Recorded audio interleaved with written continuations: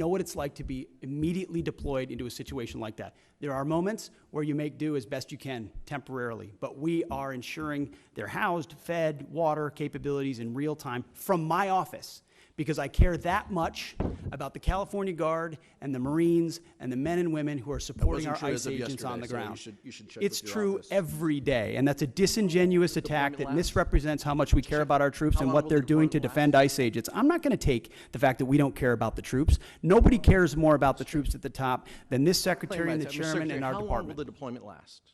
We stated very publicly that it's 60 days.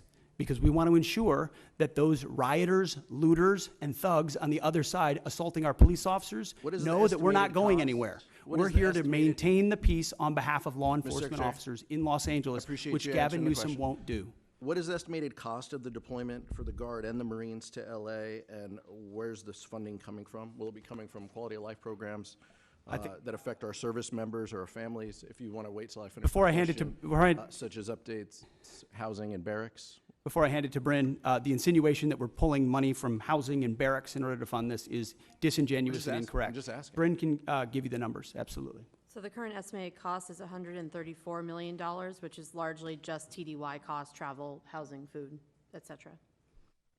Oh, where's it coming from? That's the cost, but where's it coming from? Out of their O&M accounts.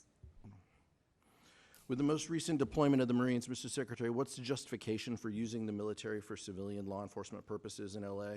Why are you sending war fighters to cities to interact with civilians?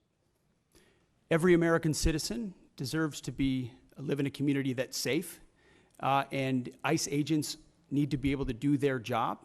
They're being attacked for doing their job, which is deporting illegal criminals.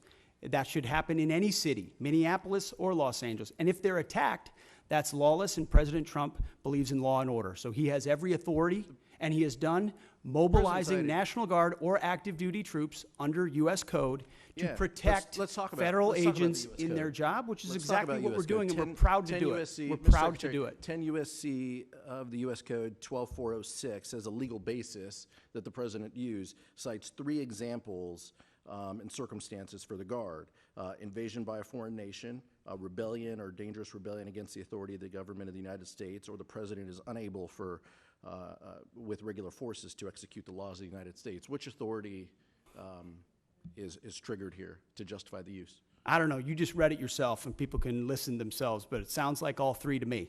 If you've got millions of illegals and you don't know where they're coming from, they're waving flags from foreign countries and assaulting police officers and law enforcement officers, that's the problem.